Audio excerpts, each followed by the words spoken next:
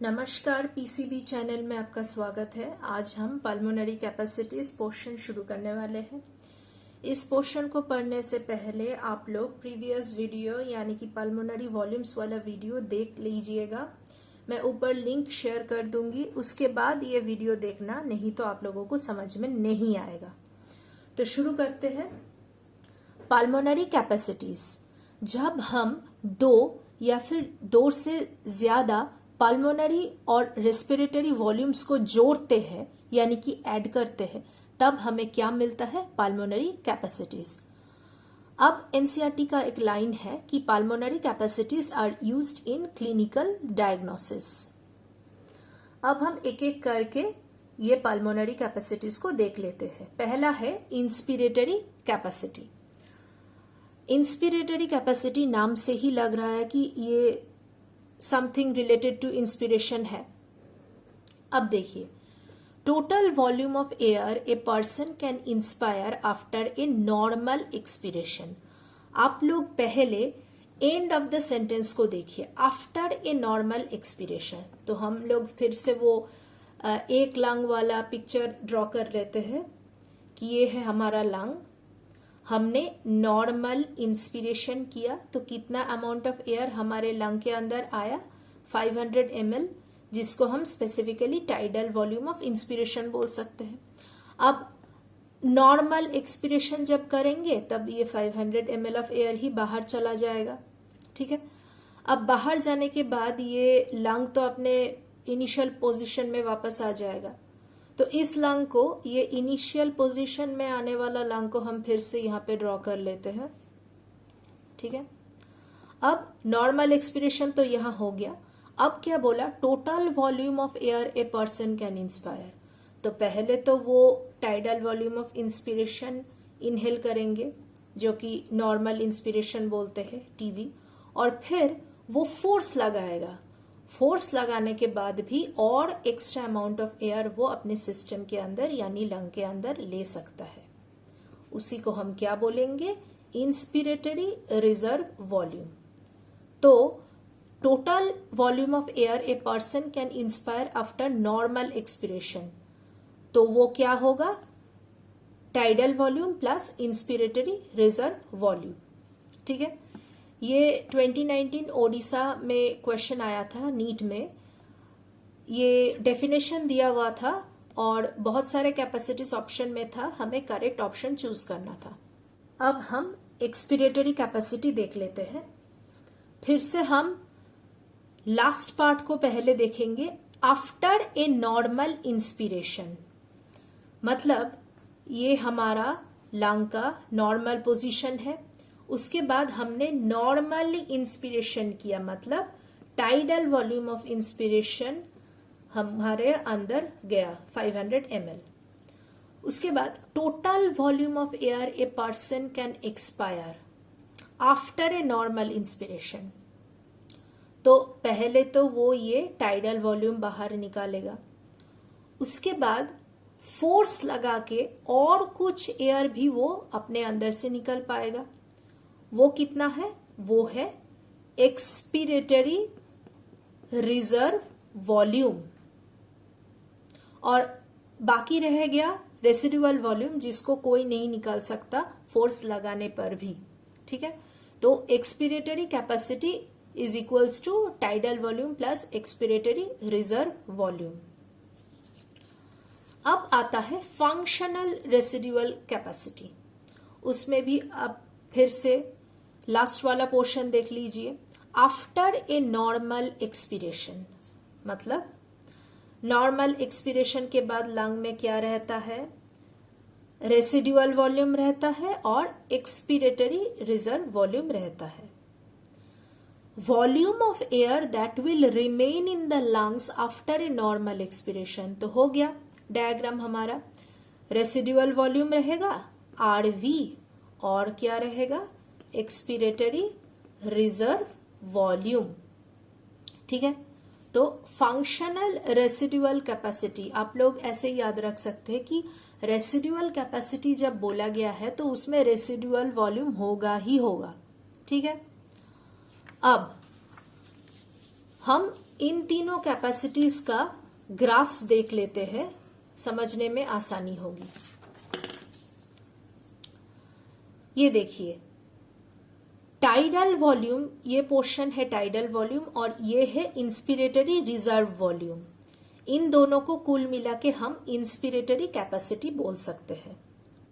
ठीक वैसे ही ये है टाइडल वॉल्यूम और ये है एक्सपिरेटरी रिजर्व वॉल्यूम। इन दोनों को कुल मिला के हम बोल सकते हैं एक्सपिरेटरी कैपेसिटी। और ये पोर्शन है एक्सपिरेटरी रिजर्व वॉल्यूम और ये है रेसिडुअल वॉल्यूम। दोनों को एक साथ मिला के हम बोल सकते हैं फंक्शनल रेसिडुअल कैपेसिटी। अब हम वापस जाते हैं फोर्थ कैपेसिटी में, जो कि है वाइटल कैपेसिटी। ये भी आप लास्ट से देखिए, आफ्टर ए फोर्सफुल एक्सपीरेशन, मतलब फोर्सफुल एक्सपीरेशन के बाद हमारे लंग में सिर्फ रेसिडुअल वॉल्यूम बचता है। अब बोला गया है कि maximum volume of air a person can breathe in after forced expiration. तो पहले तो वो फोर्स्ड एक्सपीरेशन जो किया था, एक्सपीरेटरी रिजर्व वॉल्यूम जिसको हम बोलते हैं, उसको अंदर लेगा। उसके बाद वो नॉर्मल ब्रीदिंग में जितना अंदर ले सकते हैं, यानी कि टाइडल वॉल्यूम ऑफ इंस्पिरेशन, वो अंदर लेगा। इसको लेबल कर देते हैं, ये है ERV और ये है TV, टाइडल वॉल्यूम। उसके बाद वो फोर्स लगाएगा ताकि एक्स्ट्रा अमाउंट ऑफ एयर वो अंदर ले सके।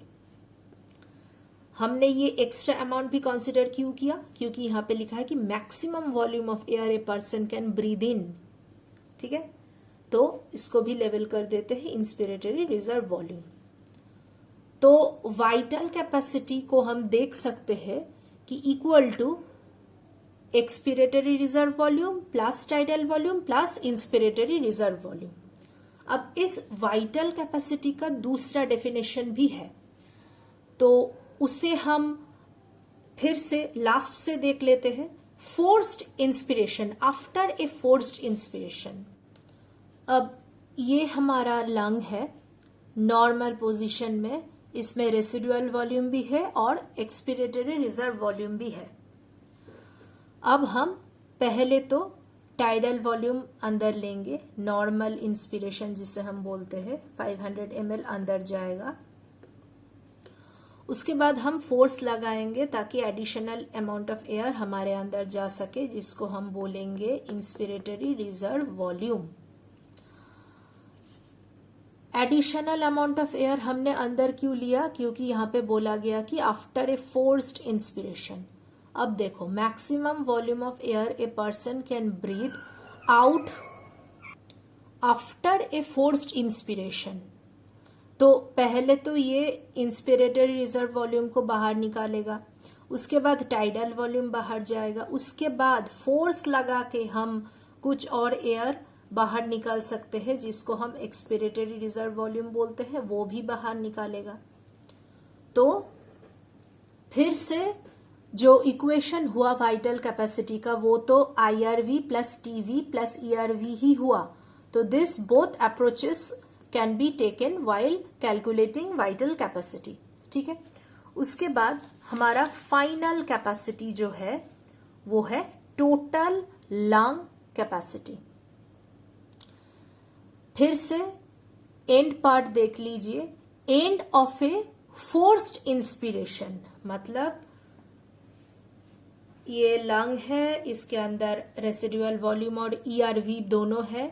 उसके बाद हमने टाइडल वॉल्यूम अंदर लिया और उसके बाद एक्सपिरेटरी रिजर्व वॉल्यूम अंदर ले लिया, और यहाँ पहले से ही रेसिडुअल वॉल्यूम था और एक्सपिरेटरी रिजर्व वॉल्यूम था। ये इंस्पिरेटरी रिजर्व वॉल्यूम होगा। तो total amount of air accommodated in the lungs at the end of a forced inspiration। तो IRV, TV, ERV और RV, ये चारों वॉल्यूम्स ही तो एकोमोडेटेड है लंग में, भले ही ये रेसिडुअल वॉल्यूम और ERV पहले से था, लेकिन फोर्स्ड इंस्पिरेशन के बाद टोटल जितना वॉल्यूम ऑफ एयर लंग के अंदर रहेगा, including residual volume and expiratory reserve volume, उसे ही हम टोटल लंग कैपेसिटी बोलेंगे। अब ये टोटल लंग कैपेसिटी का इक्वेशन है TLC is equal to RV plus ERV plus TV plus IRV। अब देखो, हमने अभी अभी पढ़ा कि expiratory reserve volume plus tidal volume plus inspiratory reserve volume को हम एक साथ वाइटल कैपेसिटी भी बोल सकते हैं। तो total lung capacity can also be called equal to RV plus vital capacity. जब हम वाइटल कैपेसिटी को सब्जेक्ट बना देते हैं तो बोल सकते हैं कि vital capacity is equal to total lung capacity minus residual volume. ये AIPMT 2008 में आया था। Vital capacity is equal to, बहुत सारे ऑप्शंस थे, बहुत सारे जो कैपेसिटीज थे और बहुत सारे जो वॉल्यूम्स थे उनमें रिलेशंस थे, लेकिन ये करेक्ट ऑप्शंस था। लिखा हुआ था total lung capacity minus residual volume, तो ये हमारा करेक्ट ऑप्शन है। तो अब हम वाइटल कैपेसिटी और टोटल लंग कैपेसिटी को ग्राफ में देख लेते हैं। वाइटल कैपेसिटी को हमने देखा inspiratory reserve volume plus tidal volume plus expiratory reserve volume, तो ये रीजन को हम वाइटल कैपेसिटी बोलेंगे। और finally total lung capacity is inspiratory reserve volume plus tidal volume plus expiratory reserve volume plus residual volume. ठीक है, अब एक PYQ देख लेते हैं। Tidal volume and expiratory reserve volume of an athlete is 500 ml and 1000 ml respectively. What will be his expiratory capacity if residual volume is 1200 ml? अब expiratory capacity का definition क्या है, यानी कि इक्वेशन क्या है? EC is equals to tidal volume plus expiratory reserve volume, यानी कि 500 plus 1000 ml equal to 1500 ml। अब यहाँ पे जो रेसिडुअल वॉल्यूम का वैल्यू दिया हुआ है ना, ये कुछ काम का नहीं है, ये सिर्फ आप लोगों को कंफ्यूज करने के लिए दिया हुआ है। सिंपल फॉर्मूला लगाएगा तो आंसर मिल जाएगा आपको। तो आई होप कि ये पल्मोनरी कैपेसिटीज का कॉन्सेप्ट आप लोगों को बहुत अच्छे से क्लियर हो गया है। तो इस वीडियो अगर आपको अच्छा लगा, लाइक कीजिए, शेयर कीजिए, सब्सक्राइब कीजिए और कमेंट कीजिए किसी भी चीज की इम्प्रूवमेंट जरूरी हो तो। और अगले वीडियो में मिलेंगे। Till then have a nice day. Thank you.